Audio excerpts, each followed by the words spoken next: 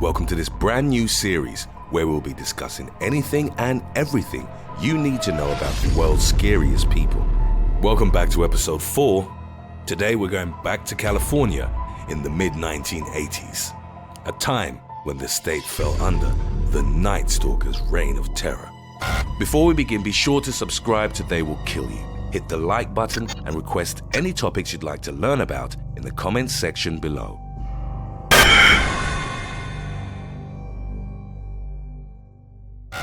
Number 10. Who was the Night Stalker? Richard Ramirez, also known as the Walking Killer or the Night Stalker, was a serial killer responsible for the death of at least 14 people from April 1984 to August 1985. His home invasion spree struck fear into the people living in the greater Los Angeles area and San Francisco. Ramirez raped and tortured his victims before killing them, using a wide array of weapons. He also robbed them of money and jewelry. Ramirez was a devout Satanist who relished in the fear and chaos that he spread. He left some of his victims alive to face the lingering trauma of their encounter with the Night Stalker. When he was finally brought to justice, Ramirez was given 13 death sentences, and the judge claimed his crimes displayed cruelty, callousness, and viciousness beyond any human understanding. Number 9. Early life. Richard Ramirez was born in El Paso, Texas, and was the 5th child of Mexican immigrants Mercedes and Julian Ramirez. When Ramirez was a child, he got 2 serious head injuries. In one instance, a dresser fell on him, causing a wound to his forehead that needed 30 stitches. At age 5, he was knocked unconscious by a park swing, which led to him experiencing frequent epileptic seizures up until his early teenage years. When only 10 years old, Ramirez started smoking marijuana with his older cousin Mike. He was a decorated Vietnam War veteran who had served with the Green Beret.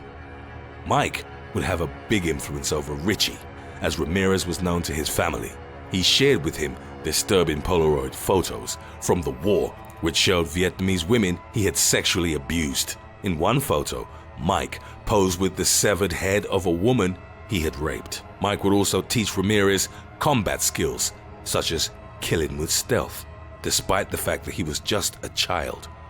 Around this time, Ramirez was sleeping in a local cemetery to get away from his father, who reportedly had a violent temper that often turned abusive. Number 8. Early criminal career. If his cousin's gory war stories and twisted photos didn't have an impact on young Ramirez, what happened next definitely left a mark. 13-year-old Ramirez was present when Mike shot his wife in the face with a revolver after a domestic dispute. In the aftermath, there were visible changes in Ramirez's behavior. He became sullen and distant from everyone around him. Ramirez eventually went to live with his older sister and her husband, who was a peeping Tom. He would take Ramirez with him at night when he would go spying on people. Around this time, Ramirez developed an interest in Satanism and began taking LSD. As a teenager, his sexual fantasies began to grow darker and more violent, including elements of forced bondage and rape. He got a job at a Holiday Inn when he was still in school. Ramirez would use his passkey to rob the hotel's guests. He got fired after a guest returned to his room and found him trying to rape his wife. The man beat Ramirez unconscious, but he escaped criminal charges. The couple didn't live in the state, so they didn't return to testify against him. Ramirez dropped out of high school while still a freshman, and at age 22, he moved to California. His long rap sheet would come to include drug charges and grand theft auto. However, if he hadn't been arrested and processed for these offenses, he might have evaded justice. Number 7. Becoming a serial killer. It wasn't until 2009 that Ramirez's first known victim was discovered. DNA evidence from the crime scene connected him to the murder of 9-year-old May Loing in April 1984. The girl's body was found in a hotel basement in San Francisco's Tenderloin district, where Ramirez was living at the time. The girl was raped, beaten and then stabbed to death. Ramirez then hung her body from a pipe. This would be the first in over a dozen killings that caused mass panic in California. Number 6. M.O. Richard Ramirez would go out at night, often in a stolen car, clad in black. He would break into the homes of his victims, where he'd kill any men that were present. He bound the women and sexually abused them prior to robbing the house. A devout Satanist, Ramirez would often make his victims swear to Satan that there were no more valuables in their home. He drew pentagrams on the victims' bodies or at the crime scene. Ramirez left some of his sexual abuse victims alive, while others he killed in brutal fashion. He used a wide array of weapons, including knives, handguns, a machete, a hammer, or a tire iron. Ramirez was an insatiable killer, and the majority of the murders he was responsible for took place in little over a year. He was different from most serial killers when it came to the selection of his victims, as he killed regardless of age, gender, race, or socio-economic status. There was a great deal of media attention and public panic when the news broke about the walk-in killer. The satanic displays found at later crime scenes were how Ramirez got the Night Stalker nickname. Even though he was a prolific serial killer, he left behind a trail of evidence. In various instances, he used the same handgun, left behind fingerprints, footprints from his Avius sneakers, and the victims he left alive provided the authorities with information leading to his capture. Number 5. Murders. After killing 9-year-old Mei Lueng, the Night Stalker broke into the apartment of 79-year-old Jenny Vinkow in June 1984. He approached her as she slept, stabbed her repeatedly, and slashed her throat so deeply that she was almost decapitated. In March 1985, the walk-in killer started to make headlines. On March 17th, he shot 2 people in Rosemead. One was Maria Hernandez, who survived after the bullet ricocheted off the keys in her hand. When Ramirez shot at her face, Hernandez held her hands up, trying to defend herself. The other victim was her roommate, Dale Okazaki, who Ramirez fatally shot in the head. Only an hour later, he went to Monterey Park, where he pulled 30-year-old Tsai Lian Yu out of her car. He fatally shot her twice and fled the scene. The unknown attacker, with his bulgy eyes, curly hair, and rotten teeth, was now a subject in the media. His next victims were a married couple from Whittier. Ramirez shot them, mutilated the woman's body with a carving knife, gouged her eyes out, and put them in a jewelry box that he took with him. Ramirez went on to commit a number of other brutal sexual assaults and gruesome murders in the greater Los Angeles area and San Francisco Bay Area. He punched and kicked Joyce Nelson to death, leaving an Avius sneaker print on her face. He drove to the Glendale home of Layla and Maxon Neildin in a stolen Toyota. He broke into their bedroom and slaughtered them with a machete. On August the 18th, 1985, he broke into the home of Peter and Barbara Pan in San Francisco. He shot the man in his temple as he slept. The gunshot woke Barbara up. Ramirez beat her, sexually abused, and then shot her in the head. He took her lipstick, drew a pentagram, and wrote, "Jack the Knife," on the bedroom wall. At one point, it seemed that the Night Stalker's reign of terror would never end. Number 4. Surviving victims. Those who survived the Night Stalker's attacks were left with physical, mental, and emotional scars. After shooting her husband in the head and then beating him unconscious, Ramirez raped Lillian Doi, who was disabled. He left her alive, ransacked her Monterey Park home, and then fled the scene.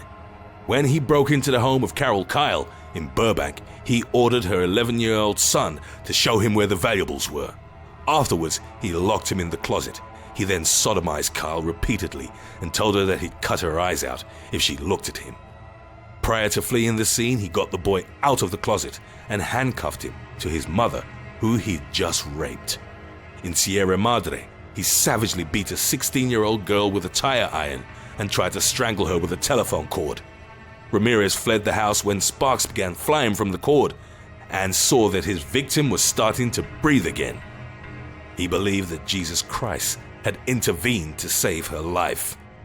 The girl survived, but her extensive head wounds required 478 stitches.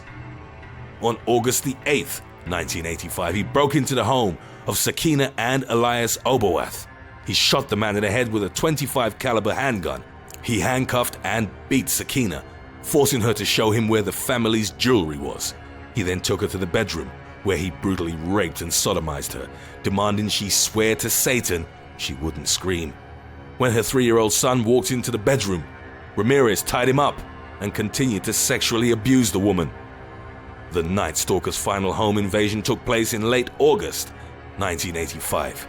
He broke into the home of Bill Cairns and his fiancée Inez Erickson. After shooting Cairns 3 times in the face, he turned his attention on Erickson. He said that he was the Night Stalker and started to beat her, demanding that she swear she loved Satan. Ramirez bound her with neckties, raped and sodomized her. After he left, Erickson untied herself and sought help from the neighbors for her fiancé.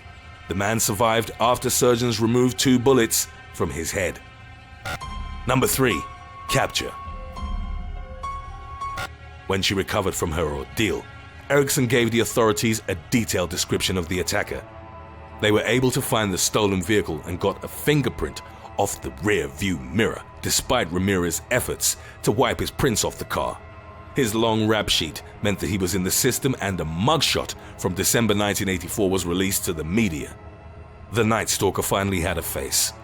Across the state of California, Ramirez became the main story in every newspaper and news program. However, he wasn't aware of this when he left to meet his brother in Tucson, Arizona on August the 30th. Early the next day, he returned to Los Angeles. He was in an East LA convenience store when he heard a group of women refer to him as the killer. He then saw his face on multiple newspaper covers and fled across the Santa Ana freeway. In a panic, Ramirez tried to steal several cars, but a group of residents eventually subdued him. They started beating him relentlessly until the authorities came to take him into custody. Number 2. Trial.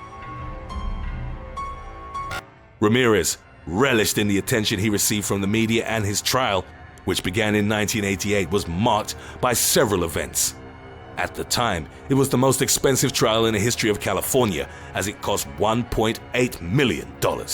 At his very first court appearance, Ramirez yelled, "Hail Satan," as he raised his hand that had a pentagram drawn on it. Rumors started circulating that Ramirez was planning to shoot the prosecutor by having a gun smuggled inside the courtroom. As such, a metal detector was installed outside the courtroom, and extensive searches were carried out on everyone that entered. The jurors were reportedly terrified by Ramirez. His legend only grew after one of the jurors didn't arrive at the courtroom and was later found shot dead in her apartment. The belief emerged that he had somehow orchestrated her murder from behind bars, and the jurors were scared that any one of them could be next. However, it soon emerged that Ramirez hadn't anything to do with the killing. Singletary had been murdered by her boyfriend, who subsequently took his own life in a hotel with the same weapon. Ramirez was ultimately convicted for 13 murders, 5 attempted murders, 11 sexual assaults, and 14 burglaries. His 13 death sentences were to be carried out in California's gas chamber. After receiving the sentence, Ramirez told reporters, "Big deal. Death always went with the territory. See you in Disneyland." Number 1. Death. Ramirez had fans who visited him and wrote him letters. One of them was Doreen Leoy, who wrote to him many times during his incarceration. From the very beginning, in 1985. 3 years later, Ramirez proposed to her. They got married at San Quentin State Prison in 1996. Leoy stated that should Ramirez be executed, she would kill herself. The marriage, however, didn't last, and the two eventually got separated. Due to California's lengthy appeals process, Ramirez was never executed for his crimes. He was on death row for over 23 years. Years of substance abuse had left his health in shambles, and in June 2013, he died of complications related to B-cell lymphoma. Thanks for watching this episode of The World's Scariest People. Let us know in the comments section below what shocked you the most about the Night Stalker.